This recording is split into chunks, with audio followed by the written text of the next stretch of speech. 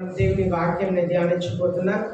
యేసు ప్రభు స్వయంగా తన పునరుత్థానం గురించి 9 పర్యాయం తన శిష్యులకు చెప్పారు. చదువుదాం. మత్తయి రాసిన 16వ అధ్యాయం 23వ వచనం. మైక్ రెడీగా పెట్టుకోండి, ఆన్లోనే ఉంచండి. మత్తయి రాసిన 16వ అధ్యాయం 21వ వచనం చదువుదాం. అప్పటి నుండి తాను యెరూషలేమునకు వెళ్ళి పెద్దల చేతను ప్రధాన యాజకుల చేతను శాస్త్రుల చేతను అనేక హింసలు పొంది చంపబడి 3వ దినమున లేచుట అగత్యమని యేసు తన శిష్యులకు తెలియజేయ మొదలు పెట్టగా. ఓకే, మత్తయి రాసిన 17వ అధ్యాయం 23వ వచనం. 17:23. కావున పరలోక రాజ్యము తన దాసుని యొక్క మత్తయి 17వ అధ్యాయం 23వ వచనం.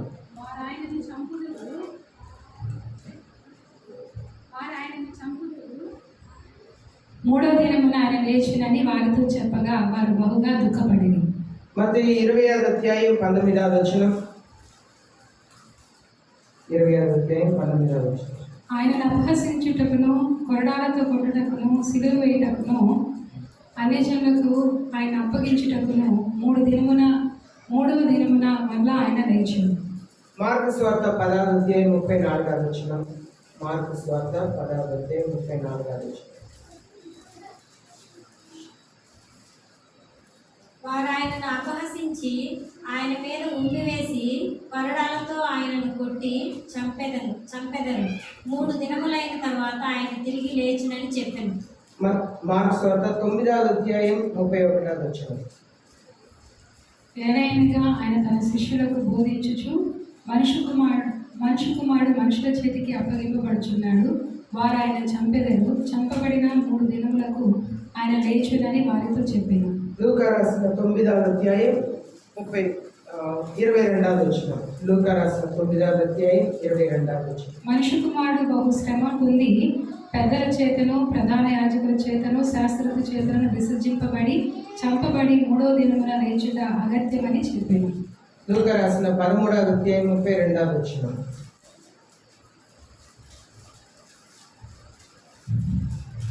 ఆయన వారిని చూచి, మీరు వెళ్ళి ఆ నక్కతో ఇలాగ చెప్పుడి, ఇదిగో నేడును రేపును నేను దయ్యములను వెళ్ళగొట్టుచు రోగులను స్వస్థపరచుచు నుండి 3వ దినమున పూర్ణ సిద్ధి పొందేదను.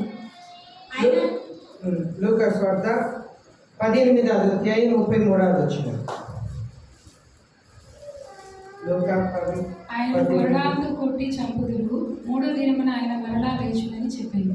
లూకా సువార్త 24వ అధ్యాయం. లూకా 24:7వ వచనం. మనుష్య కుమారుడు పాపిష్ఠులైన మనుషుల చేతికి అప్పగింపబడి సిలువ వేయబడి 3వ దినమందు లేవవలసి ఉన్నదని ఆయన మీతో చెప్పిన మాట జ్ఞాపకం చేసుకొనుడని వారితో అనిరి. 46వ వచనం కూడా. క్రీస్తు శ్రమపడి 3వ దినమున మృతుల్లో నుండి లేచుననియు యెరూషలేము మొదలుకొని సమస్త జనములను ఆయన పేరిట మారు మనసును పాప క్షమాపణయు ప్రకటింపబడునని రాయబడి ఉన్నది. ఇదంతా కూడా 9 పర్యాయం యేసయ్య సువార్త పత్రికలో యేసయ్య చెప్పిన మాటనే శిష్యులు మరలా రాశారు. 9 పర్యాయం నేను కొట్టబడతాను, నన్ను చంపుతారు, నేను 3వ దినం లేస్తానని చెప్పి ముందుగానే చెప్పారు. అది అప్పటికప్పుడు జరిగిన కార్యం కాదు. యేసయ్య తన సేవ చేస్తున్న కాలంలో ముందుగానే తెలియపరిచారు, 3 దినముల తర్వాత నేను లేస్తాను. అలాగే యేసయ్య ఎలాగ చెప్పారు, ఎలాగ యోన చాప కడుపులో 3 పగలు 3 రాత్రులు ఉన్నారు, మనుష్య కుమారుడు కూడా భూగర్భంలో 3 పగలు 3 రాత్రులు ఉంటారని చెప్పి యేసయ్య చెప్పారు. కనుక ఇవంతా కూడా యేసయ్య చెప్పినట్లుగానే జరిగింది. అపోస్తల కార్యం 10వ అధ్యాయం 40వ వచనంలో చదువుదాం. అపోస్తల కార్యం 10వ అధ్యాయం 40వ వచనం. దేవుడు ఆయనను 3వ దినమున లేపి ప్రజలకందరికీ కాక దేవుని చేత ముందుగా ఏర్పరచబడిన సాక్షులకి, అనగా ఆయన మృతుల నుండి లేచిన తరువాత ఆయనతో కూడా అన్నపానం పుచ్చుకొనిన మాకే ఆయన ప్రత్యక్షముగా కనబడినట్లు అనుగ్రహించను. ఇక్కడ మనం చూస్తున్నాము, యేసయ్య ఇలాగ చెప్పారు, నా ప్రాణంని పెట్టుటకును మరలా తీయుటకును నాకు అధికారం ఉంది అన్నారు అని చెప్పారు. కానీ యేసయ్య ప్రాణంని పెట్టారు సిలువలో. తండ్రి మీ చేతిలో నా ప్రాణంని అప్పగిస్తున్నాను అని చెప్పారు. కానీ యేసయ్య తనకు తానుగా సమాధి నుండి లేవలేదు. పరలోకపు తండ్రి అని లేపిన కనుక లేశారు. ఒకవేళ పరలోకపు తండ్రి యేసయ్యని లేకపోతే ఏం జరిగేదో యేసయ్య కానీ చెప్పారు, ప్రాణంని పెట్టుటకును ప్రాణంని మరలా తీయుటకును నాకు అధికారం ఉంది. అనగా నా ప్రాణం నేను పెడతాను, మరలా నేను లేవగలుగుతాను. కానీ యేసయ్య పరలోకపు తండ్రి చేతిలో తన ఆత్మని పెట్టారు. అదే మన సిలువలో పలికిన మాటల్లో చూస్తున్నాం. తండ్రి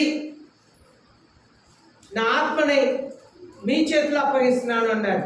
ఇప్పుడు తండ్రి దగ్గర అధికారం ఉంది. యేసయ్యను లేపారంట. అదే ఇక్కడ 10వ అధ్యాయం 45వ వచనంలో మనం చదువుతున్నాము. God raised him up on the third day, granted him to become visible. పరలోకపు తండ్రి లేపారంట యేసయ్యని. చాలా మందికి ఈ సత్యం తెలియదు. యేసయ్య లేశారు అని చెప్తారు. కానీ పరలోకపు తండ్రి యేసయ్యని లేపారు. ఇంకా కొన్ని వచనంలో చదువుదాం. 1వ కొరింథీ పత్రిక 15వ అధ్యాయం 4వ వచనంలో చదువుదాం. 1వ కొరింథీ పత్రిక 15వ అధ్యాయం 4వ వచనం. లేఖనముల ప్రకారము 3వ దినమున లేపబడను. తండ్రి యేసయ్య అనే మరణం నుండి లేపారంట. ఇప్పుడు 21, 22 వచనాలు చదువుదాం. మనుషుని ద్వారా మరణము వచ్చిన గనుక మనుషుని ద్వారానే మృతుల పునరుద్ధానములు కలిగాను. ఆదానందు అందరూ ఎలాగో మృతి పొందుచున్నారో అలాగనే క్రీస్తునందు అందరూ బ్రతికింపబడుదురు. క్రీస్తు ద్వారా అందరూ బ్రతికింపబడుదురు. యేసయ్య ద్వారా మనం అందరూ కూడా లేస్తాము అని చెప్పిన సత్యంని ఇక్కడ మరలా చూస్తున్నాం. మరలా రోమిలికి రాసిన 4వ అధ్యాయం 24, 25 వచనాలు చదువుదాం. రోమిలికి రాసిన 4వ అధ్యాయం. మన ప్రభువైన యేసును మృతుల్లో నుండి లేపిన వాని యందు విశ్వాసం ఉంచిన మనకును ఎంచబడినని మన నిమిత్తము అప్పగింపబడెను. ఆయన మన అపరాధముల నిమిత్తము అప్పగింపబడి మనము నీతిమంతులుగా తీర్చబడ్డకే లేపబడెను. మన నీతిమంతులుగా తీర్చబడుటకు పరలోకపు తండ్రి లేపెను. యేసయ్యని పరలోకపు తండ్రి సమాధి నుండి బయటికి లేపారు, బయట తీసుకొచ్చారు. అలాగే మనం చూస్తున్నాము, in him who raised Jesus our Lord from the dead, 24వ వచనంలో మన ప్రభువైన యేసును మృతుల్లో నుండి లేపిన వాని యందు యేసయ్యని తండ్రి లేపారు, సమాధి నుండి బయట యేసయ్యని తీసుకొచ్చారు. అలాగనే అపోస్తల కార్యం 3వ అధ్యాయం 26వ వచనం చదువుదాం. అపోస్తల కార్యం 3వ అధ్యాయం 26వ వచనం. దేవుడు తన సేవకుని పుట్టించి మీలో ప్రతివానిని వాని దుష్టత్వం నుండి మళ్లించుట వలన మిమ్మల్ని ఆశీర్వదించుటకు ఆయన మొదట మీ యొద్దకు పంపెనని చెప్పింది. 26వ వచనం. For you first God raised up his servant, sent him to bless you. మనల్ని ఆశీర్వదించుటకు సమాధి నుండి లేపి పంపించబడ్డారు.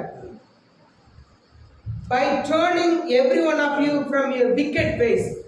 పాపం నుండి తిప్పాలని చెప్పి, పాపం నుండి మళ్ళించాలని యేసయ్యని మనల్ని ఆశీర్వదించుటకు పంపించారు. నిజమైన ఆశీర్వాదం ఎక్కడి నుండి వస్తుందంటే, పాపం నుండి మనం పాప మార్గమును విడిచి యేసయ్య మార్గమునకు తిరిగినప్పుడు మాత్రమే నిజమైన ఆశీర్వాదం వస్తుంది. ఆ మాటని మరలా చదువుదాం. 26వ వచనంని. దేవుడు తన సేవకుని పుట్టించి మీలో ప్రతివానిని వాని దుష్టత్వం నుండి మళ్లించుట వలన మిమ్మల్ని ఆశీర్వదించుటకు ఆయనను మొదట మీ యొద్దకు పంపెనని చెప్పాడు. చూడండి, ఆశీర్వాదం ఎక్కడి నుండి వస్తుందంటే పాపం నుండి మళ్ళాలి, పాప మార్గంను విడిచిపెట్టి యేసయ్య మార్గమునకు తిరగాలి. ఎప్పుడైతే పాపం అంటే దేవునికి అయిష్టమైనది అంతా కూడా పాపమే. కొన్ని కార్యములు మనుషులే అంగీకరించలేరు. మనుషులు అంగీకరించలేనిది, దేవుడు అంగీకరించలేనిది అన్ని కూడా పాపమే. ఆ పాప మార్గం నుండి మనల్ని యేసే వైపు త్రిప్పటమే నిజమైన ఆశీర్వాదం. ఎవరెవరైతే పాపముని జయించి పరిశుద్ధముగా జీవిస్తున్నారో వాళ్ళే నిజముగా ఆశీర్వదించబడిన వారిని దేవుని వాక్యం సెలవిస్తుంది. అలాగే అపోస్తల కార్యం 2వ అధ్యాయం 24వ వచనం చదువుదాం. 2వ అధ్యాయం 24వ వచనం. మరణము ఆయనను బంధించుట మైక్లో చెప్పండి. మరణము ఆయనను బంధించుట అసాధ్యం గనుక దేవుడు మరణ వేదనలు తొలగించి ఆయనను లేపెను. చూడండి, దేవుడు మరలా లేపారు. ఇదంతా కూడా పరలోకపు తండ్రి చేతిలో ఆత్మని అప్పగించారు కనుక ఇప్పుడు తండ్రి యేసేని లేపారనే మనం చూస్తున్నాం.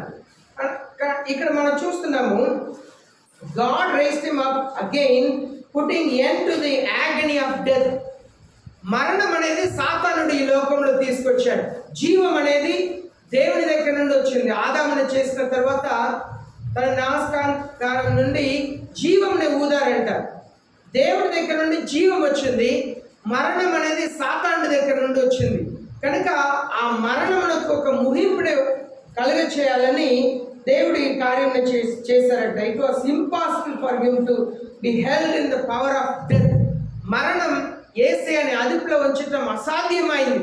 యేసయ్యని దేవుడు మరణంని లేపి తన శక్తిని పునరుత్థాన శక్తిని కనపరిచి చేశారు కనుక ఇక్కడ మనం చూస్తున్నదంతా కూడా దేవుని శక్తి.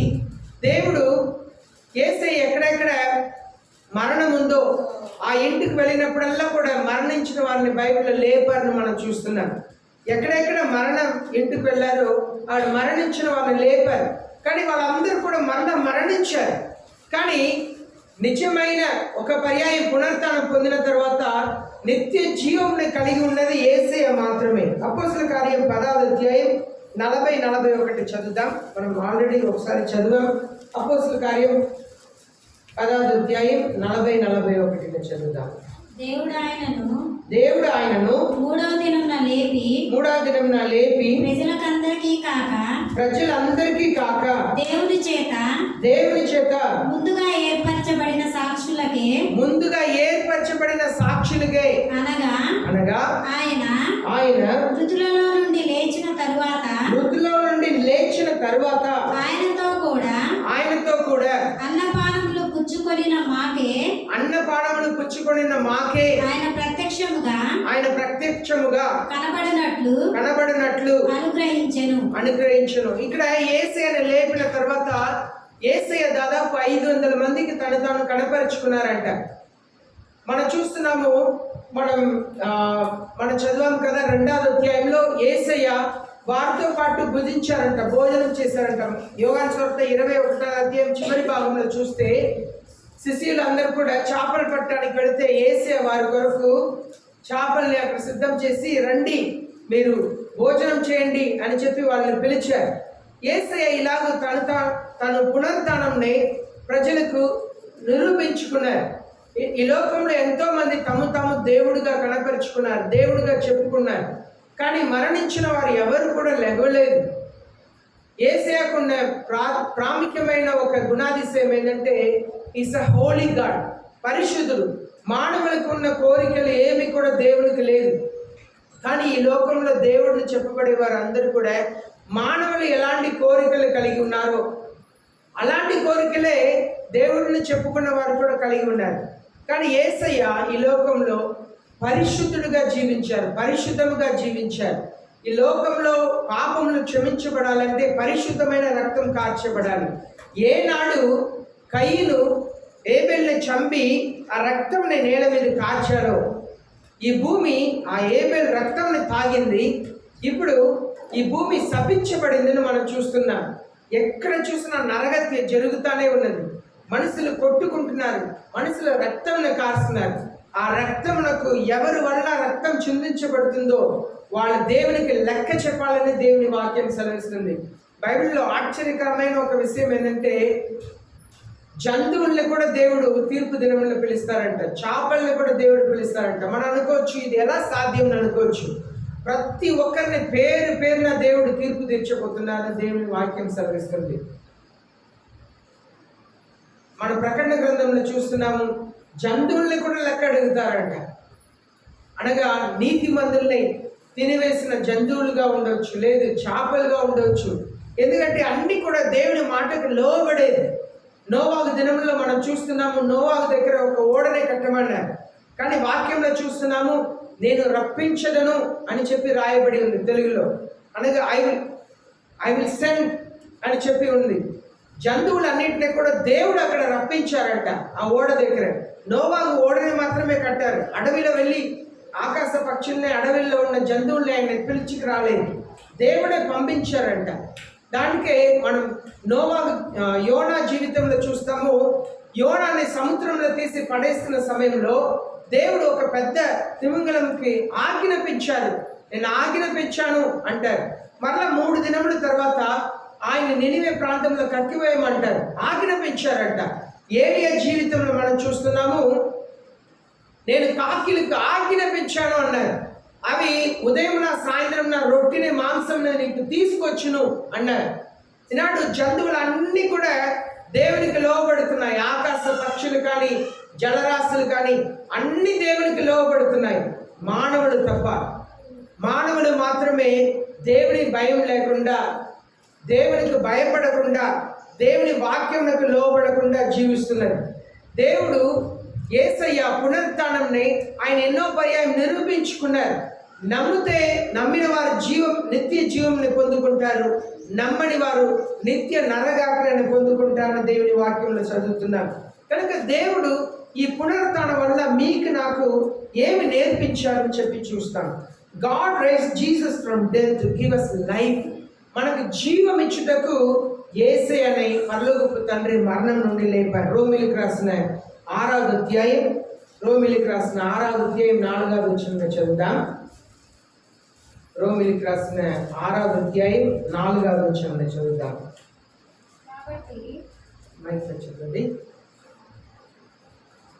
కాబట్టి తండ్రి మహిమ వలన క్రీస్తు మృతుల నుండి ఎలాగూ లేపబడెనో అలాగే మనమును నూతన జీవము పొందిన వారమై నడుచుకొనున్నట్లు మనకు బాప్తీసము వలన మరణంలో పాలు పొందుటకై ఆయనతో కూడా పాతి పెట్టబడితిమి. చూడండి, ఇక్కడ మరలా చూస్తున్నాం, therefore we have buried with him through baptism into death. మనం ఎందుకు బాప్తిసం తీసుకుంటున్నామంటే క్రీస్తుతో మనం మరణిస్తున్నాం. ఎప్పుడు నీ లోపల వెళుతున్నామో, యేసయ్య ఎలాగ సమాధిలో ఉంచబడ్డారో అలాగనే మనం నీ లోపల వెళుతున్నాం, మనం మరణిస్తున్నాం. మరణించని ఒక వ్యక్తిని పాత పెట్టడం నేరం, క్రిమినల్ యాక్ట్. ఒక మరణం పొందని ఒక వ్యక్తిని పాత పెట్టడం అది నేరం. అలాగనే పాపముని పెట్టని ఒక వ్యక్తికి బాప్తిసం ఇవ్వటం కూడా అదే నేరం. బ్రతికి ఉన్న వ్యక్తిని పాత పెట్టడం ఎంత నేరమో అలాగే పాపముని విడిచిపెట్టకుండా ఉన్న వ్యక్తికి బాప్తిసం ఇవ్వటం కూడా అంతే నేరం, అంతే పాపం.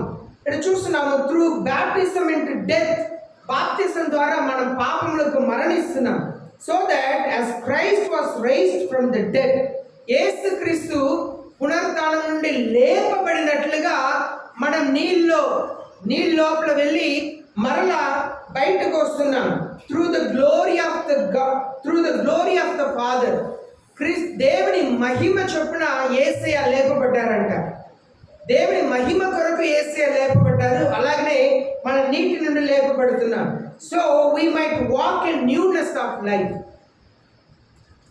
ఆ తెలుగులో పదం చదవండి. So we to might walk in newness of life. అలాగే మనమును నూతన జీవం పొందిన వారమై నడుచుకొనున్నట్లు మనము బాప్తిసం వలన మరణంలో పాలు పొందుటకై ఆయనతో కూడా పాతి పెట్టబడితిమి. బాప్తిసం అంటే పాతి పెట్టడం. ఎలాగ ఒక చనిపోయిన వ్యక్తిని పాతి పెడుతున్నాము, అలాగే బాప్తిసం అంటే నీళ్ళ లోపల వెళుతున్నప్పుడు పాతి పెట్టబడతాం. ఇక్కడ ఎందుకు మనం బాప్తిసం తీసుకున్నాం అంటే ఒక నూతనమైన జీవితం జీవించుటకు.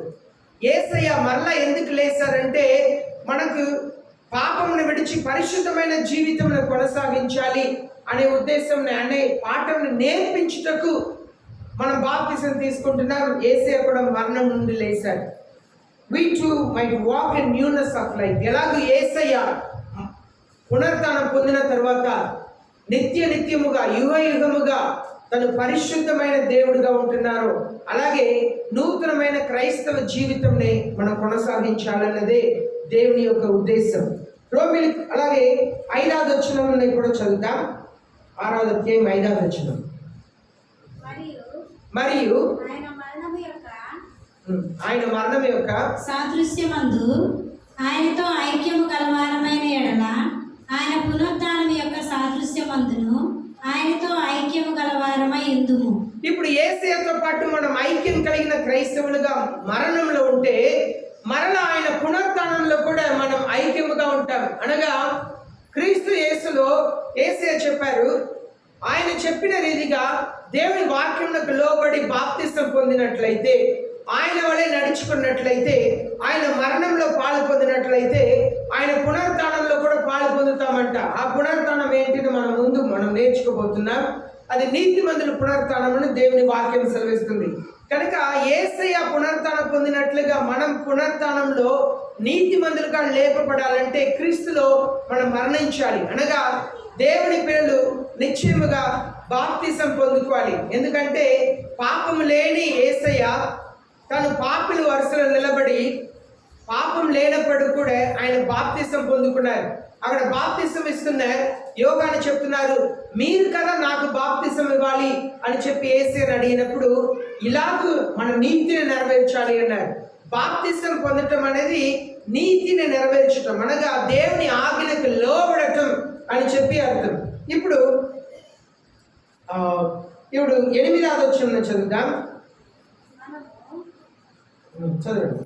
మనము క్రీస్తుతో కూడా చనిపోయిన ఎడల మృతుల్లో నుండి లేచిన క్రీస్తు ఇకను చనిపోడనియు మరణమునకు ఇకను ఆయన మీద ప్రభుత్వం లేదనియు ఎరిగి ఆయనతో కూడా జీవించుదుమని నమ్ముచున్నాము. మనం క్రీస్తులో మరణిస్తే ఆయనతో కూడా యుగములుగా జీవిస్తాం. ఈనాడు మరణించిన వారికి విశ్వాసం లేదు, నమ్మకం లేదు, మరలా అందరు ఏడుస్తుంటారు. కానీ క్రైస్తవుల జీవితంలో మనకు దుఃఖం వచ్చింది, కానీ దుఃఖపడని అవసరం లేదు. ఎందుకనగా పౌలు అపోస్తలుడు చెప్తున్నారు, నిరీక్షణ లేని ఇతరుల వలె మీరు దుఃఖించకుండా అంటున్నారు. అనగా నిరీక్షణ లేని ప్రజలకు నిరీక్షణ లేదు. మరణిస్తే ముగింపుని అనుకుంటున్నారు, కానీ మరణం ఒక ముగింపు కాదు. పరలోకంలో నిత్య జీవంని మనం కొనసాగించబోతున్నాం. ఎవరైతే అనీతిమంతులుగా మరణిస్తున్నారో వారి నరకంలో యుగములు వాళ్ళు మరణం ఉంటుంది అని చెప్పి మనం చూస్తున్నాం. ఆ మరణం ఎలా ఉండిద్దంటే వాళ్ళకు విమోక్షనే ఉండదు. ఎందుకంటే యేసయ్య లోకమునకు ఒక పర్యాయం వచ్చి విమోక్షించారు, పాపం నుండి మనల్ని విడుదల చేశారు. ఇంకా ఒక పర్యాయం యేసయ్య రక్షకుడుగా రాదు, కానీ న్యాయాధిపతిగా మాత్రమే యేసయ్య రాబోతున్నారు. కనుక మనం ఈ సత్యం ఎరగాలి. క్రీస్తులో జీవించటం, క్రీస్తులో మరణించటం, క్రీస్తులో పునరుత్థానం పొందటం అనేది చాలా చాలా ప్రాముఖ్యం. అది క్రైస్తవులందరికీ కూడా దేవుడు ఆజ్ఞగా ఇచ్చి ఉన్నారు. కనుక బాప్తిసం పొందక ఉన్నవారు, యేసయ్య బలలో పాలు పొందక ఉన్నవారు ఖచ్చితంగా యేసయ్య బలలో పాలు పొందాలి, బాప్తిసం పొందుకోవాలి.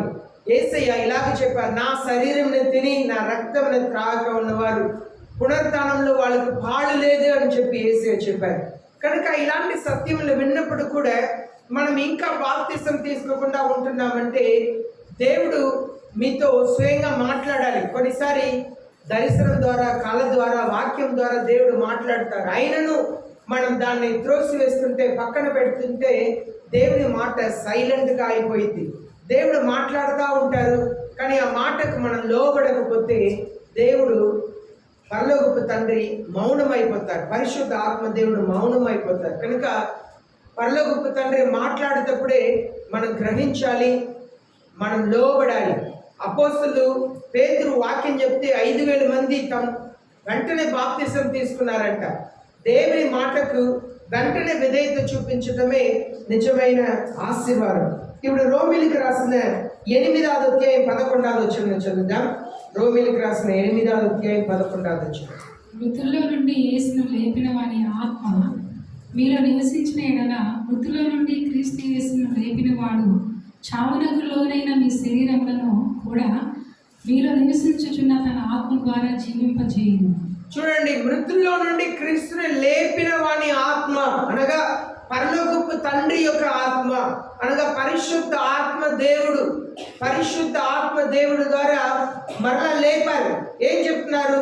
If the spirit of him who raised Jesus from the dead dwells in you అనగా యేసయ్య అనే మరణం నుండి, సమాధి నుండి ఎవరు లేపారంటే పరలోకపు తండ్రి. ఎలా లేపారు? తను పరిశుద్ధ ఆత్మని పంపించి లేపారు. ఆ పరిశుద్ధ ఆత్మ దేవుడే మీలో నాలో నివసిస్తున్నారు. ఎవరైతే విశ్వాసం మూలముగా పరలోకపు తండ్రిని నాలో వచ్చి నివసించండి అని అడుగుతున్నారో వారిలో పరిశుద్ధ ఆత్మ దేవుడు వస్తున్నారు. ఎవరిలో? క్రీస్తు సమాధిలో ఉన్నప్పుడు ప్రవేశించిన అదే పరిశుద్ధ ఆత్మ దేవుడు మీలో నాలో నివసిస్తున్నారు అని చెప్పి చూస్తున్నాం. ఎప్పుడైతే మరియ దగ్గర వచ్చి దేవదూత గబ్రియల్ దేవదూత నువ్వు గర్భం ధరిస్తావు, నువ్వు రక్షకుడిని కంటావు అని చెప్పినప్పుడు ఇది ఎలా సాధ్యం, నేను కన్నే కదా అని అడిగినప్పుడు పరిశుద్ధ ఆత్మ దేవుడు నీ మీదకి వచ్చును అని చెప్పారు. పరిశుద్ధ ఆత్మ దేవుడు ఎప్పుడు మరియ మీద వచ్చారో మరియ గర్భం ధరించింది, బిడ్డనే కనింది. అలాగనే అదే పరిశుద్ధ ఆత్మ దేవుడు ఇప్పుడు శవముగా సమాధిలో ఉన్న యేసులో ప్రవేశించినప్పుడు మరలా పునరుత్థానం పొందారంట. అదే పరిశుద్ధ ఆత్మ దేవుడు మీలో నాలో నివసిస్తున్నారు. Who raised Jesus from the dead will also give life to your mortal bodies through his spirit who dwells in you. మనలో జీవిస్తున్న పరిశుద్ధ ఆత్మ దేవుడే యేసయ్యను కూడా మరణం నుండి లేపారు. అదే పరిశుద్ధ ఆత్మని మనం కలిగి ఉన్నాం కనుక మన పాపములను జయించుటకు దేవుడు మనకు శక్తిని ఇస్తారు, తన కృపను అనుగ్రహిస్తారు. కనుక క్రైస్తవ జీవితంలో మన పాపముని జయించవచ్చు. మనకు శోధనలు వస్తానే ఉండింది. మరణం వరకు, మనం మరణించే వరకు కూడా శోధన మనల్ని వెంటాడుతూనే ఉంటుంది. కానీ మనం క్రీస్తులో జయించాలి. మనకు పరిశుద్ధ ఆత్మ దేవుని అనుగ్రహించాలి కనుక పరిశుద్ధ ఆత్మ దేవుని శక్తి ద్వారా పాపముని మనం జయించుటకు తన కృపను అనుగ్రహిస్తున్నారు. ఇప్పుడు చదువుతాం 2 కొరింథీ పత్రిక 4వ అధ్యాయం 14వ వచనం చదువుదాం. 2 కొరింథీ పత్రిక 4వ అధ్యాయం 14వ వచనం చదువుదాం. విశ్వాసం ఉంచితిని గనుక మాట్లాడి తిని అని వ్రాయబడిన ప్రకారము అట్టి విశ్వాసంతో కూడిన ఆత్మ. 2 కొరింథీ పత్రిక 4వ అధ్యాయం 14వ వచనం. Knowing that he who raised the Lord Jesus will raise us also with Jesus and will present us with you. ప్రభువైన యేసును లేపిన వాడు యేసుతో మిమ్మును కూడా లేపి మాతో కూడా తన ఎదుట నిలవబెట్టినని ఎరిగి. చూడండి, యేసుక్రీస్తుని ఎవరు లేపారో అనగా యేసుక్రీస్తు తనకు తానుగా సమాధి నుండి బయటకు రాలేదన్నదే మనం నేర్చుకుంటున్నాం. పరలోకపు తండ్రి సమాధి నుండి బయట తీసుకొచ్చారు. పరిశుద్ధ ఆత్మ దేవుని ఆయనలో పంపించారు. అదే పరిశుద్ధ ఆత్మ ద్వారా మిమ్మల్ని నన్ను కూడా లేపుటకు శక్తి కలిగిన పరలోకపు తండ్రి. ఈనాడు ఎవరైనా మరణిస్తే టీవీలో చూపిస్తున్నప్పుడు నేను అనుకుంటాను, వీళ్ళు యేసయ్యని ఎరగని వారైతే వీళ్ళు నరకం వెళ్ళి ఉంటారు కదా. ఇప్పుడు వాళ్ళకి సత్యం తెలుస్తుంటుంది. బైబిల్ చెప్తుంది దేవుని ఆత్మ, దేవుడు ఆత్మయే ఉన్నారంట, దేవుడు ఆత్మయే ఉన్నారంట. కనుకనే ఈ భౌతిక నేత్రాలతో మనం ఆత్మగా ఉన్న దేవుని చూడలేకపోతున్నాం. ఎంత పరిశుద్ధంగా, ఎంత కన్నీళ్లు కార్చి, ఎంత ప్రార్థన చేసినా మనం దేవుని చూడలేకపోతున్నాం. కానీ దేవుని ఆత్మ మనల్ని చూస్తూ ఉన్నది. ఈరోజు ఉదయకాలం నేను నిర్గమకాండంలో చదువుతున్నాను. నిర్గమకాండంలో చదువుతున్నప్పుడు మోసేని పిలిచి దేవుడు మాట్లాడుతున్నప్పుడు దేవుడు ఇలాగ చెప్తారు, ఐఎమ్ గాడ్, నేను దేవుడు. నిర్గమకాండం 3వ అధ్యాయం 6వ వచనంలో I'm God of your father, I'm God, నేను దేవుడు అని చెప్తున్నాను. మరలా 7వ వచనంలో for I'm aware of their suffering, నేను వారి కష్టముల్ని నేను ఎరిగి ఉన్నాను అంటున్నారు. మరలా 9వ వచనంలో I have seen the oppression with which the Egyptians are oppressing them, వాళ్ళు ఎలాగో ఐగుప్తీయులు వాళ్ళని కష్టపెడుతున్నారో నేను వాటిని నేను చూస్తాను అంటున్నారు. మరలా 16వ వచనంలో I'm indeed concerned about you, నేను నీ గురించి ఆలోచన చేస్తున్నాను, నేను నీ గురించి చింతిస్తున్నాను అంటున్నారు. దేవుడు ఆత్మగా ఉన్నారు కనుక మన కష్టంని చూడగలుగుతున్నారు. మనం ఎంత ప్రయాసపడుతున్నాం, మనం ఎంత కష్టపడుతున్నాం, పాపముల్ని జయించుటకు ఎంత కష్టపడుతున్నాం, శోధనల్ని జయించుటకు ఎంత కష్టపడుతున్నాం, నిజమైన మంచి క్రైస్తవ జీవితంని జీవించుటకు ఎంత ప్రయాసపడుతున్నాం దేవుడు చూస్తున్నారు. సాతానుడు మనల్ని ఎంతగా శోధిస్తున్నారు దేవుడు చూస్తున్నారు. ఇక్కడ ఒక నిర్గమకాండం 3వ అధ్యాయం 8వ వచనంలో దేవుడు చెప్తున్నారు, I have come down to deliver them from the power of the Egyptian. నేను అగిప్తీయుల శక్తి నుండి నేను విడిపించుటకు నేను దిగి వచ్చాను అంటున్నారు. చెప్పి కింద భాగంలో చెప్తున్నారు, to bring them up from the land of good and spacious land. నేను మంచి నేల, విస్తారమైన నేల మీద వారిని పెట్టుటకు నేను దిగి వచ్చాను అంటున్నారు. అగిప్తీయులు చేతి నుండి విడిపించుటకు నేను దిగి వచ్చాను. ఈనాడు కూడా సాతానుడు మనల్ని, Satan is harassing us. మనల్ని సాతానుడు వేధిస్తున్నాడు. మానసికంగా సాతానుడు వేధిస్తాడు. దేవుడిచ్చిన సంతోషాన్ని దోచుకుంటాడు. దేవుడిచ్చిన సమాధానాన్ని దోచుకుంటాడు. సాతానుడు ఎవరిని నెమ్మదిగా ఉండలేడు. యోహాను సువార్త 10వ అధ్యాయం 10వ వచనంలో చూస్తున్నాము, సాతానుడు ఎందుకు వస్తున్నాడంటే మనల్ని చంపుటకును, నరహత్య చేయుటకును, నాశనం చేయుటకును వస్తున్నాడంట. సాతానుడు క్రైస్తవుల జీవితంలో ఉన్న సంతోషంని అపహరిస్తాడు, దేవుడిచ్చిన సమాధానాన్ని అపహరిస్తాడు, దేవుని పిల్లల్ని నెమ్మది లేకుండా చేయడానికి. ఇక్కడ అహిప్తులు ఎలాగ ఇశ్రాయేల్ ప్రజల్ని వేధించారు ఆ మాటని చదవండి. నిర్గమకాండం 3వ అధ్యాయం 8వ వచనంలో చదవండి. నిర్గమకాండం 3వ అధ్యాయం 8వ వచనం.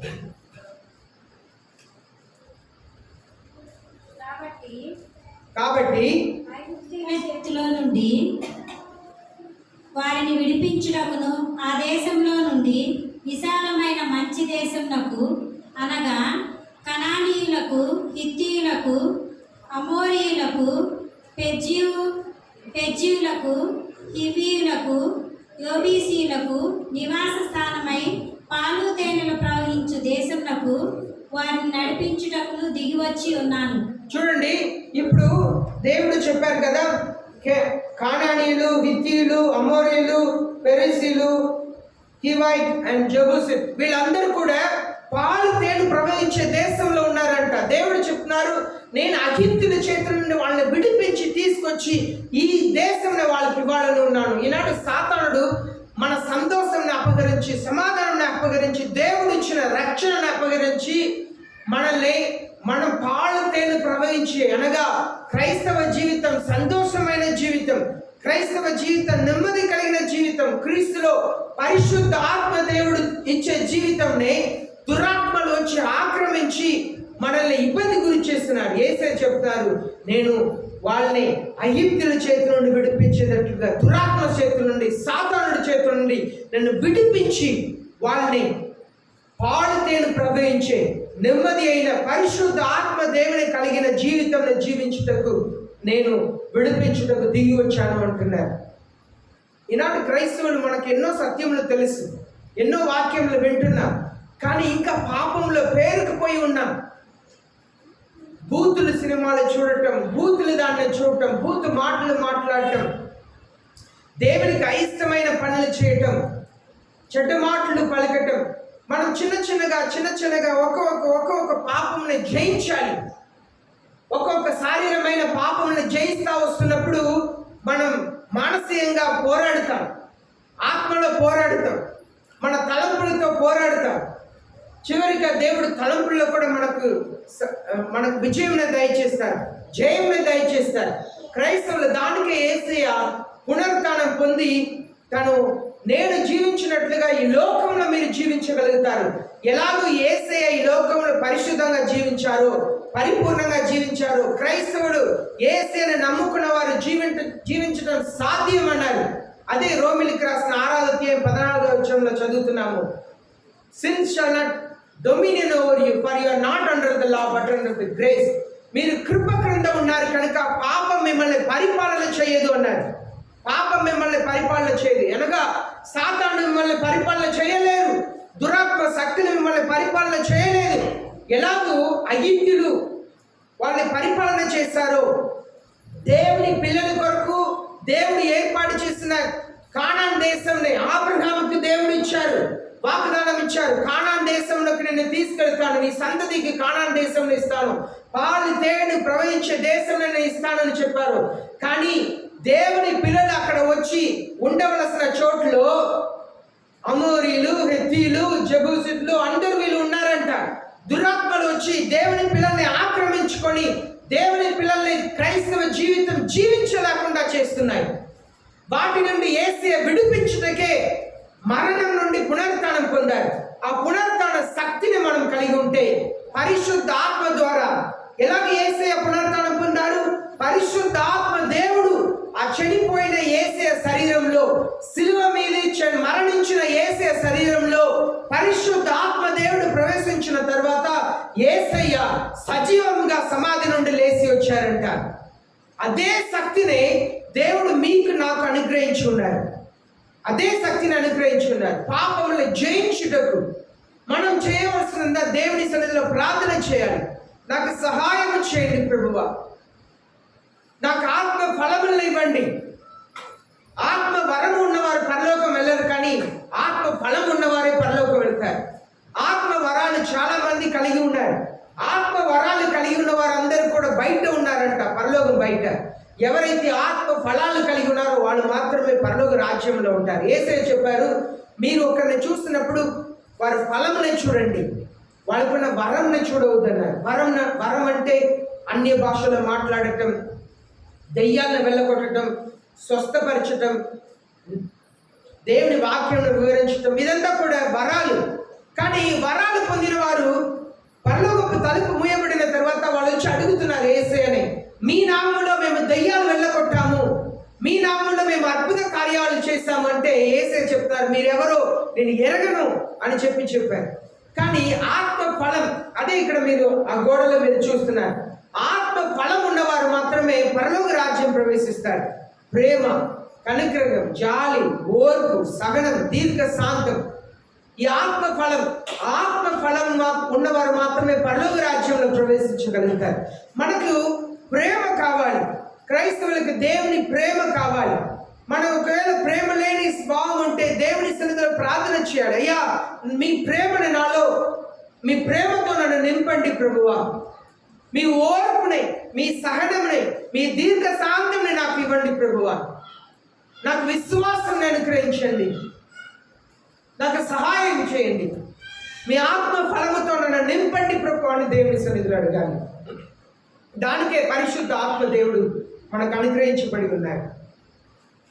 2వ కొరింథీ పత్రిక 4వ అధ్యాయం 14వ వచనంలో మనం చదివినట్లుగా మనం క్రీస్తుతో లేపబడాలంటే ఈ పరిశుద్ధ ఆత్మ దేవుని ఫలం అంతా కూడా మనలో కనపడాలి.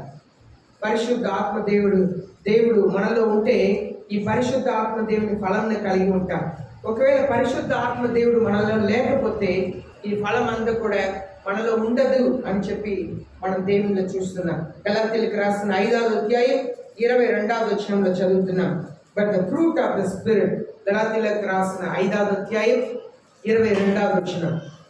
The fruit of the spirit is love, joy, peace, patience, kindness, goodness and faithfulness. చదువుతా.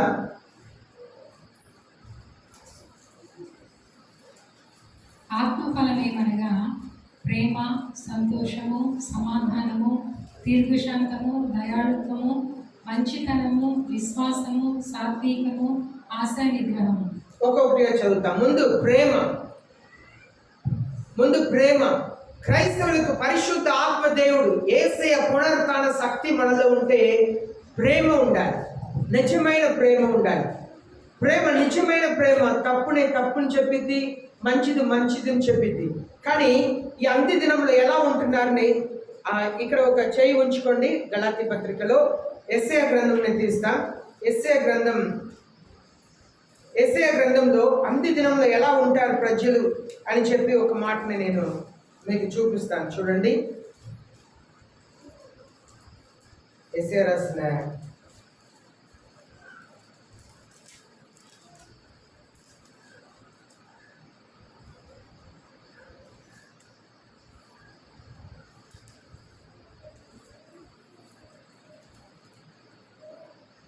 యెషయా రాసిన 5వ అధ్యాయం 26వ వచనం. యెషయా రాసిన 5వ అధ్యాయం 26వ వచనం. కీడు మేలనియు కీడు మేలనియు, కీడు జరిగితే దాన్ని మేలు అంటారంట, మేలు కీడనియు మేలుని కీడు అంటారంట.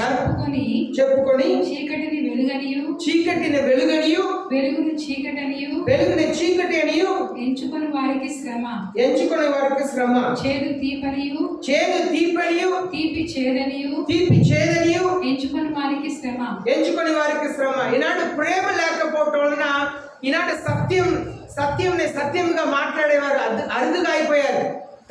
తప్పుని చెప్పేవారు అరుదుగా అయిపోయారు. తప్పుని కప్పి పెట్టుకొని ప్రేమ అనేకమైన పాపముని కప్పిద్దంట. కానీ అది మనం న్యాయం చేయవలసిన చోట్ల వచ్చినప్పుడు పాపముని ఖండించాలి, తప్పుని ఖండించాలి. అదే పరిశుద్ధ ఆత్మదేవుడు చేస్తారు.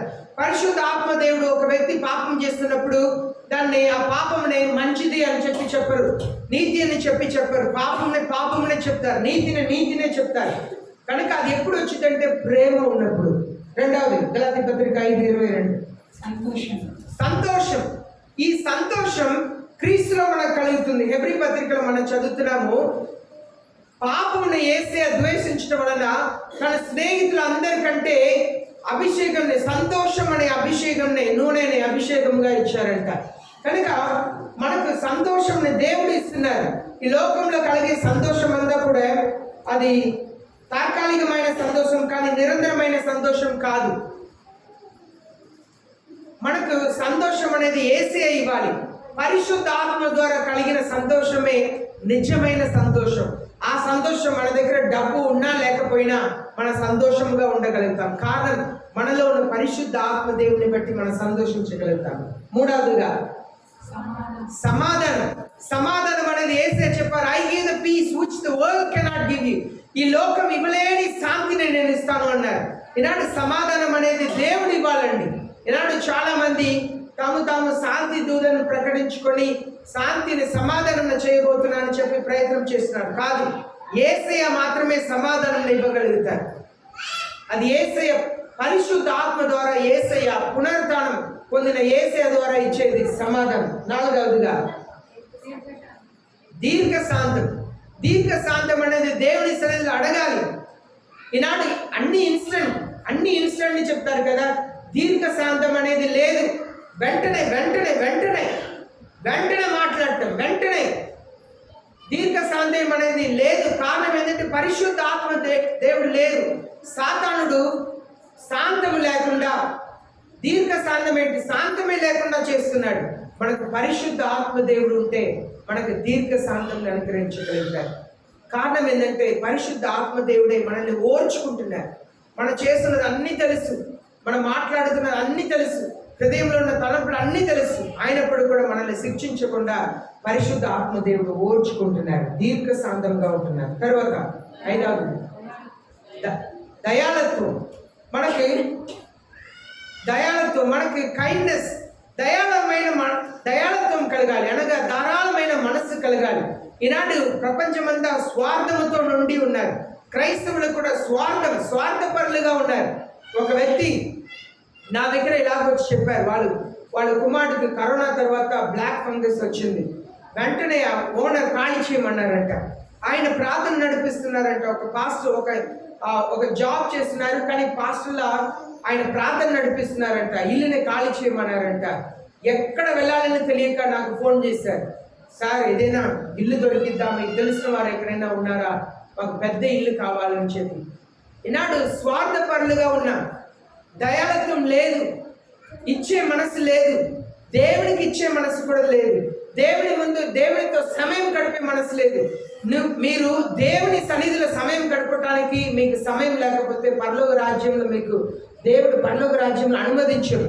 యుగ యుగాలు దేవుని సన్నిధిలో ఉండాలంటే మీరు ప్రార్థన సమయంలోనే దేవుని సన్నిధిలో కూర్చోలేకపోతే యుగ యుగాలు దేవుని దగ్గర ఎలా కూర్చుంటారు?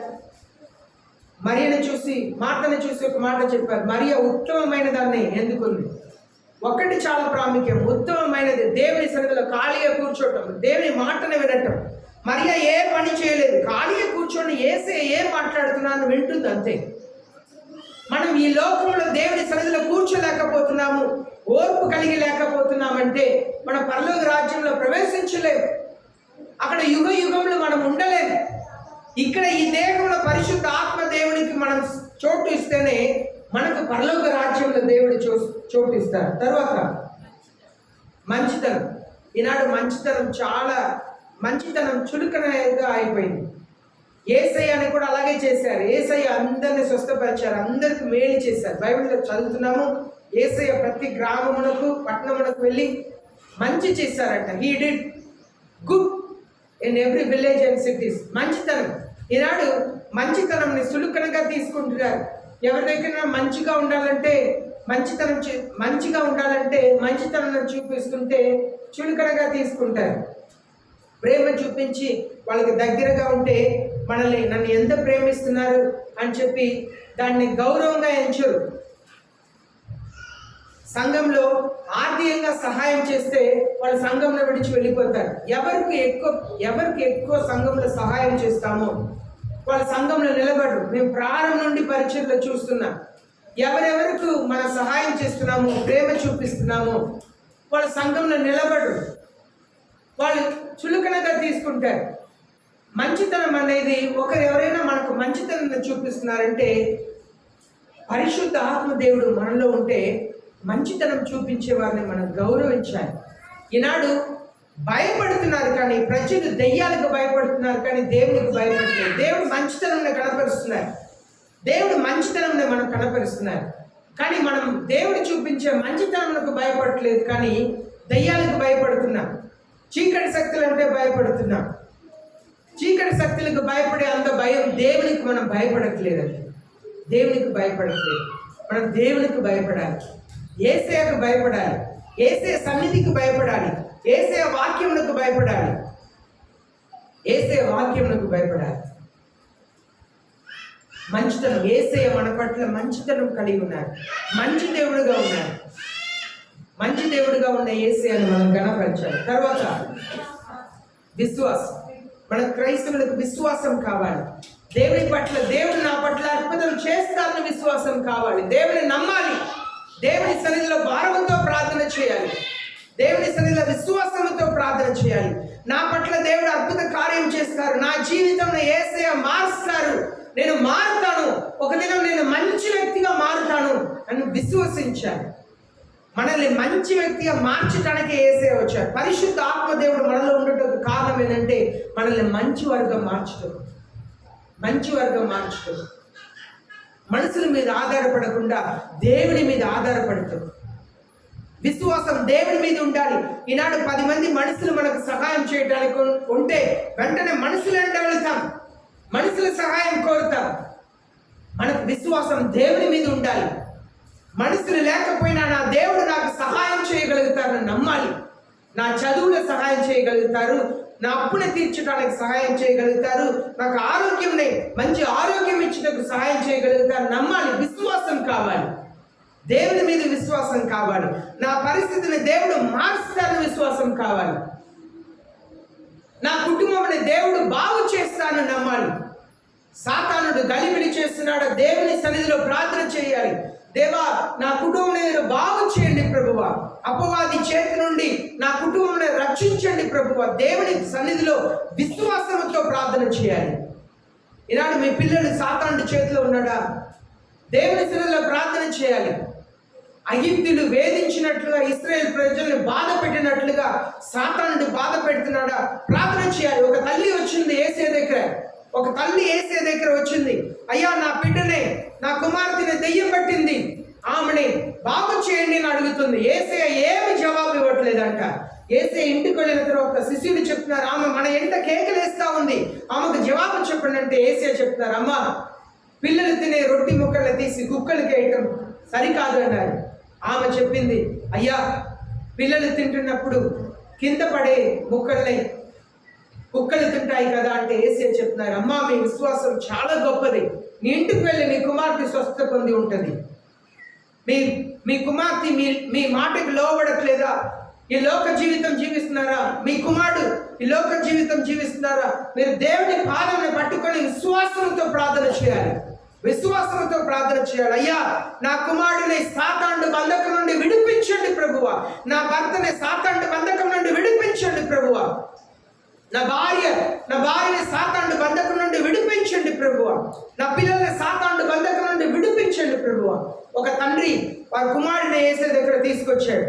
ఆ కుమారుడిని చిన్న వయసు నుండి అది దెయ్యం పట్టి ఉన్నదంట. ఆ దెయ్యం యేసే వెళ్ళగొట్టిన తర్వాత శిష్యులు అడుగుతున్నారు, అయ్యా, మేమెందుకు ఈ దెయ్యంని వెళ్ళగొట్టలేకపోయామంటే యేసే చెప్తున్నారు, ఇలాంటి దెయ్యం ఉపవాస ప్రార్థన ద్వారా తప్ప ఇలాంటి దెయ్యం వెళ్ళిపోదు. కనుక మనం ఉపవాసం ఉండి ప్రార్థన చేయాలి. ఉపవాసం ఉండి ప్రార్థన చేయాలి. ఒక పూటైనా ఉపవాసం ఉండి దేవుని సన్నిధిలో ఒక గంట సేపైనా ప్రార్థన చేయాలి. గోజాడి ప్రార్థన చేయాలి. నా బిడ్డని మార్చండి, నా కుటుంబాన్ని మార్చండి, నా భర్తని మార్చండి. సాతానుడు మీకు తెలియకుండా సాతానుడు మీ పిల్లల్లో ఉంటాడు. వాళ్ళని దుష్టమైన దాన్ని చూస్తుంటారు. వాళ్ళు చూసేదంతా కూడా దుష్టమైన కార్యములను చూస్తుంటారు. దుష్టమైన ప్రవక్త కలిగి ఉంటారు. అపవాది దురాత్మ పట్టిన కార్యములు చేస్తుంటారు. కనుక ఉపవాసం నుండి ప్రార్థన చేయాలి. ఈ పరిశుద్ధ ఆత్మ వల్ల కలిగే ఈ ఆత్మ ఫలం ఉన్నవారు మాత్రమే పరలోక రాజ్యంలో ప్రవేశించగలుగుతారు. పరిశుద్ధ ఆత్మ దేవుడు, ఆ పరిశుద్ధ ఆత్మ దేవుడే యేసయ్య పునరుత్థానం నుండి లేపారు. ఆ పరిశుద్ధ ఆత్మ దేవుడే మనలో కూడా ఉన్నారు. ఇప్పుడు మన పునరుత్థానం గురించి మనం నేర్చుకుంటాం. మనం అనుకుంటున్నాము ఎవరైనా మరణిస్తే మనం చాలా దుఃఖపడుతున్నాం. అంతే, జీవితం ఆగిపోయింది అని చెప్పి. ఇక్కడ మన ఎమ్మెల్యే గారి ఫ్యామిలీ ఉన్నారు. వాళ్ళ అక్క వాళ్ళు ఒకరోజు వారిని కలిసినప్పుడు వారు అన్న తమ్ముడు ఎవరో చనిపోయారట. మా అన్న దేవుని నమ్ముకున్నారు, కానీ ఎందుకు దేవుడు తీసుకున్నారు అని చెప్పి దుఃఖపడుతూనే ఉంటారు. వాళ్ళు ఎప్పుడు చనిపోయారు కానీ తలంచినప్పుడల్లా కన్నీళ్ళు కారుస్తున్నారు. తెలియని సత్యం ఏంటంటే క్రీస్తులో మరణించిన వారందరూ కూడా పునరుద్ధానం పొందుతారు. హల్లెలూయా. ఒక ముగింపు కాదు ఈ లోకంలో మరణం, ఒక ముగింపు కాదు. మీరు నేను మరణించిన తర్వాత యుగ యుగములు జీవించుటకు పిలువబడ్డారు. కనుక పరిశుద్ధంగా జీవించిన వారు మరణిస్తే దుఃఖపడని అవసరం లేదు. క్రీస్తులో మరణించిన వారు అందరినీ కూడా మరలా చూడబోతున్నాం.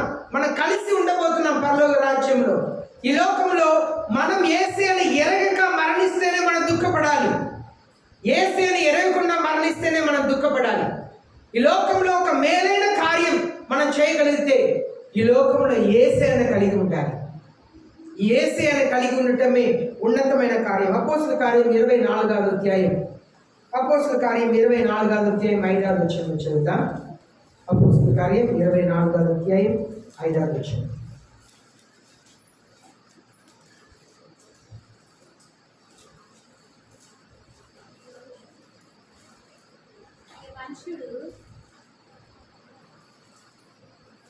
ఈ మనుష్యుడు నీడ వంటి వాడును, భూలోకమందున్న సకలమైన యూదులను కలహము గల కాదండి.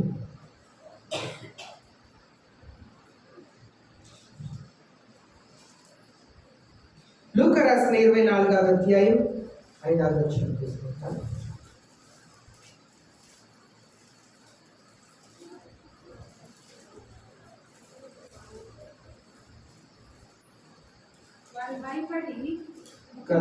క్షమించండి, ఎక్కడ ఉంది నాకు అంత జ్ఞాపశక్తి లేదు. పునరుత్థానం, నీతిమంతుల పునరుత్థానం, అనీతి మందుల పునరుత్థానం రెండు ఉంటుంది. అపోస్తల కార్యం 24:14.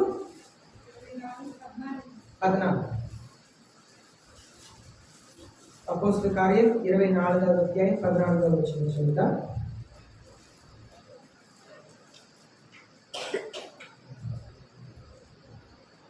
ధర్మశాస్త్రమందును ప్రవక్తల గ్రంథమందును వ్రాయబడి ఉన్నవన్నీ నమ్మి నీతిమంతులకును అనీతిమంతులకును పునరుద్ధానము కలుగబోచున్నదని మీరు నిరీక్షించినట్లు నేను కూడా దేవుని యందు నిరీక్షణ ఇచ్చి వారు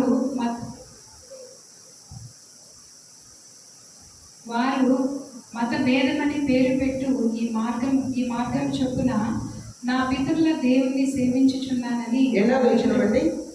14:14. అపోస్తుల కార్యం 24:14. ఇక్కడ చూస్తున్నాం, నీతి మందులకు పునరుత్థానం ఉంటుంది, అనీతి మందులకు కూడా పునరుత్థానం ఉంటుంది. అనీతి మందులకు పునరుత్థానం ఉంటుంది. అందరూ లేస్తారు. యేసుని నమ్మిన వారు లేస్తారు, యేసుని నమ్మని వారు కూడా లేస్తారు. అందరూ లేకపోతున్నారు. పునరుత్థానం అనేది అందరికీ ఉండబోతుంది. కానీ క్రీస్తులో మరణించిన వారు యుగంలో పరలోకంలో ఉండుటకు పిలువబడుతున్నారు.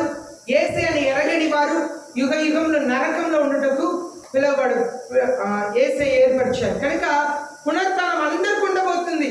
యేసుని ఎరిగి మరణించిన వారు, యేసుని ఎరగక మరణించిన వారు అందరికీ పునరుత్థానం ఉండబోతుందని మనం చదువుతున్నాం. 1 కొరింథీ పత్రిక 15వ అధ్యాయం 25వ వచనం చదువుదాం. బ్యాటరీ తీసుకురాను. 1 కొరింథీ పత్రిక 15వ అధ్యాయం 25వ వచనం. ఇప్పుడైతే నిద్రించిన వారిలో ప్రథమ ఫలముగా క్రీస్తు మృతుల్లో నుండి లేపబడి ఉన్నాడు. 9లో వైర్ తీసేది. ఇప్పుడైతే నిద్రించిన వారిలో ప్రథమ ఫలముగా క్రీస్తు మృతుల్లో నుండి లేపబడి ఉన్నాడు. క్రీస్తు ప్రథమ ఫలముగా లేపబడ్డారు. యేసయ్య ఫస్ట్ మరణించి పునరుత్థానం పొందింది యేసయ్య. నిత్యముగా జీవించుటకు లేపబడింది యేసయ్య. మొదటిగా మనకు మాదిరిగా యేసయ్య లేస్తారు. ఇప్పుడు ప్రకటన గ్రంథం 25వ అధ్యాయం 4 నుండి 6 వరకు చదువుతాం. ప్రకటన గ్రంథం ఇప్పుడు 1 కొరింథీ 15వ అధ్యాయం 25వ వచనం మనం చదివింది పెద్ద పాఠం. అది యేసయ్య ముందు లేసింది యేసయ్య మాత్రమే, తర్వాత మనం అందరూ కూడా లేస్తామంట. ప్రకటన గ్రంథం 25వ అధ్యాయం 4, 5, 6 వచనాలు చదువుతాం. అంత సింహాసనములను చూచితిని, వాటి మీద ఆసీనుడై ఉండువానికి విమర్శ చేయుటకు అధికారం ఇవ్వబడెను. మరియు క్రూర మృగమునకైనను దాని ప్రతిమకైనను నమస్కారం చేయక తమ నొసళ్ళ యందు కానీ చేతుల యందు కానీ దాని ముద్రలు వేయించుకొని వారికి యేసు విషయమై తామిచ్చిన సాక్ష్యము నిమిత్తము దేవుని వాక్యం నిమిత్తము శిరచ్ఛేదము చేయబడిన వారి ఆత్మలను చూచితిని. వారు బ్రతికిన వారై 1000 సంవత్సరములు క్రీస్తుతో కూడా రాజ్యము చేసిరి. ఆ 1000 సంవత్సరములు గడుచు వరకు కడమ మృతులు బ్రతకలేదు. ఇదియే మొదటి పునరుద్ధానము. ఈ మొదటి పునరుద్ధానంలో పాలుగల వారు ధన్యులను పరిశుద్ధులై ఉందురు. చూడండి, మొదటి పునరుత్థానంలో పరిశుద్ధులు లేస్తారు. మొదటి పునరుత్థానంలో పరిశుద్ధులు లేస్తారు. ఇక్కడ మనం చూస్తుంది యేసయ్య ఈ లోకంలోకి వచ్చి వెళ్ళిన తర్వాత విడవబడిన వారందరికీ కూడా 7 సంవత్సరాల శ్రమ ఉండబోతుంది. యేసయ్య రాబోతున్నారు. యేసయ్య మీద విశ్వాసం కలిగి పరిశుద్ధంగా జీవించే వారందరినీ కూడా యేసయ్య తీసుకెళ్ళబోతున్నారు. విడవబడే వారికి 7 సంవత్సరాల శ్రమ ఉండబోతుంది. ఆ శ్రమ కాలంలో శ్రమల్లో యేసయ్య కొరకు చంపబడిన వారు యేసయ్యతో పాటు లేస్తారంట. వాళ్ళు 1000 సంవత్సరాలు యేసయ్యతో పాటు ఈ లోకంని పరిపాలన చేస్తారంట. మొదటి పునరుత్థానంలో పరిశుద్ధులు దేవుని పిల్లలు పునరుత్థానాన్ని పొందుతారు. అదే పునరుత్థానం గురించి లూకా రాసిన 14వ అధ్యాయం 14వ వచనంలో చదువుతున్నాము.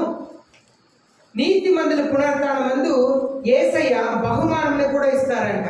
లూకా రాసిన 14వ అధ్యాయం 14వ వచనంలో చదువుతాం.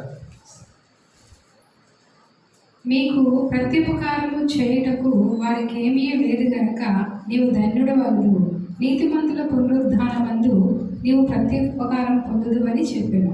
చూడండి, ఇది ఇక్కడ యేసయ్య ఏం చెప్తున్నారంటే, మీకు ఎవరు తిరిగి ఇవ్వలేరో వాళ్ళకి మీరు సహాయం చేస్తే, పేద వాళ్ళకి, కష్టంలో ఉన్న వారికి మీరు సహాయం చేస్తే, అదంతా కూడా నీతి మందుల పునరుత్థానం మందు యేసయ్య బహుమానములు ఇస్తారంట. నీతి మందుల పునరుత్థానం ఉంది. మనమందరూ కూడా నీతి మందుల పునరుత్థానంలో పాలు పొందుటకే యేసయ్య పిలిచారు. క్రైస్తవులు ఎవరికి కూడా ఒక ముగింపు లేదు. మనం మరణిస్తే అదే అంతం అనుకోకూడదు. ఈ లోకంలో మరణం అంతే. మనల్ని ప్రేమించేవారు మనల్ని విడిచి వెళ్ళిపోతున్నారు అంతవరకే. కానీ పరలోక రాజ్యంలో యుగంలో మనం కలిసి ఉండబోతున్నాం, సంతోషముగా ఉండబోతున్నాం. యేసయ్య ఒక మాట చెప్పారు కదా, లాజరును ఒక పేదవాడు ఉన్నారంట. ఆ పేద లాజరు మరణించిన తర్వాత అబ్రహాం దగ్గర తీసుకెళ్లి ఆయన కూర్చోబెట్టారంట. అబ్రహాంని చూస్తారు. అబ్రహాంతో సంతోషంగా ఆయన ఉన్నారంట. మనం పరలోక రాజ్యంలో సంతోషంగా ఉంటాం. చూడండి, లాజరు ఈ లోకంలో ఉన్నప్పుడు కడుపు నిండా ఆహారం లేదు, శరీరం అంతా కురుపులు.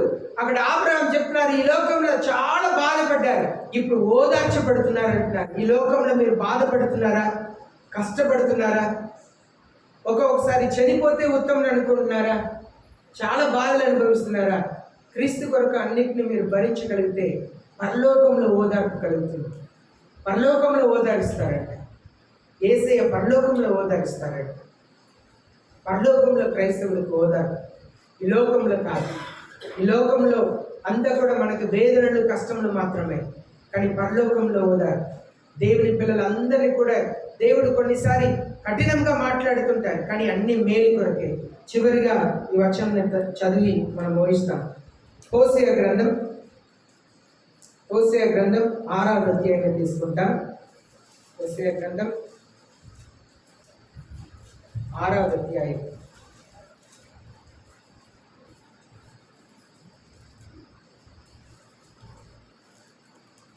అధ్యాయం 1 నుండి 3 వచనాలు చెప్తాం. మనము యెహోవా యొద్దకు మైక్ వచ్చింది. మనము యెహోవా యొద్దకు మరలుదము రండి, ఆయన మనలను చీల్చి వేసెను. చూడండి, దేవుడు మనల్ని చీల్చి వేస్తున్నారు. యెహోవా దగ్గర వెళతాం రండి, ఆయనే మనల్ని స్వస్థపరచును. ఆయనే మనల్ని స్వస్థపరచును. ఎవరెవరిని యేసయ్య గాయపరుస్తారో యేసయ్యే బాగు చేస్తారు. ఆయనే మనకు రొట్టెను, ఆయనే మనల్ని బాగు చేయును. కొట్టెను, ఆయనే మనల్ని కొట్టెను. ఆయనే మనల్ని కొట్టెను, ఆయనే మనల్ని బాగు చేయను. చదవండి. 2 దినములైన తర్వాత ఆయన మనల్ని బ్రతికించును. మనము ఆయన సముఖమందు బ్రతుకున్నట్లు 3వ దినమున ఆయన మనల్ని స్థిరపరచును. 3వ దినం యేసయ్య జీవితంలో అదే జరిగింది. 3 రాత్రులు 3 పగలు సమాధిలో ఉన్నారు. కానీ ఉన్న యేసయ్యని 3వ దినం పరిశుద్ధ ఆత్మ ద్వారా పరలోకపు తండ్రి లేపారు. మనల్ని కూడా మన కష్టం, బాధ అంతా కూడా 2 రోజులు, 3వ రోజు మనల్ని బాగు చేసే దేవుడు. చదువుదాం ఇంకా. యెహోవాను గూర్చిన జ్ఞానం సంపాదించుకుందుము రండి. యెహోవాని గురించిన జ్ఞానంని సంపాదించుకుంటాం రండి. మనం ఎందుకు చర్చికి వస్తున్నాం, ఎందుకు వాక్యం వింటున్నాం? యెహోవాని గురించిన జ్ఞానంని సంపాదించుకుంటాం. యెహోవాను గూర్చిన జ్ఞానం సంపాదించుకొనుటకు ఆయనకు అనుసరించుదము రండి. యెహోవాని అనుసరించుటకు యెహోవాని గురించిన జ్ఞానాన్ని సంపాదించుకుంటాం రండి. ఉదయం తప్పగా వచ్చు రీతిని ఆయన ఉదయించును. వర్షం వలె ఆయన మన యొద్దకు వచ్చును. దేవుడు రాబోతున్నారు. యేసయ్య క్రైస్తవులందరికీ ఒక నిరీక్షణ. ఎలా ఉదయం సూర్యుడు వస్తుంది, రాత్రి పడుకోబోతున్నారు. ఎవరు కూడా ఆలోచన చేయరు కదా, రేపు సూర్యుడు ఉదయిస్తాడా లేదా. ఎవరు కూడా ఆలోచన చేయము. మనం వెళ్ళి పడుకుంటాం, నిద్రపోతాం. అలాగనే యేసయ్య రాబోతున్నారు. వస్తానని చెప్పిన దేవుడు రాబోతున్నారు. ఎలాగ వర్షం వస్తుందో అలాగనే యేసయ్య తిరిగి రాబోతున్నారు. మనం చేయవలసినంతా దేవుని గురించి నేర్చుకున్నట్టు దేవుని సన్నిధికి రావాలి, దేవుని వాక్యంను వినాలి. యేసయ్య పునరుత్థానం పొందినట్లుగా మనందరూ కూడా పునరుత్థానం పొందుతాం. యేసయ్యను నమ్మిన వారు నిత్య జీవంని పరలోక రాజ్యంలో అనుభవించబోతున్నారు. దానికి పరిశుద్ధ ఆత్మ దేవుని మనం కలిగి ఉండాలి, ఆత్మ ఫలముల్ని కలిగి ఉండాలి. యేసయ్య మీద పరిపూర్ణమైన విశ్వాసం ఉంచినప్పుడు యేసయ్య మన జీవితంలో అద్భుత కార్యం చేస్తారు. మోకరించండి, ప్రార్థన చేస్తాం.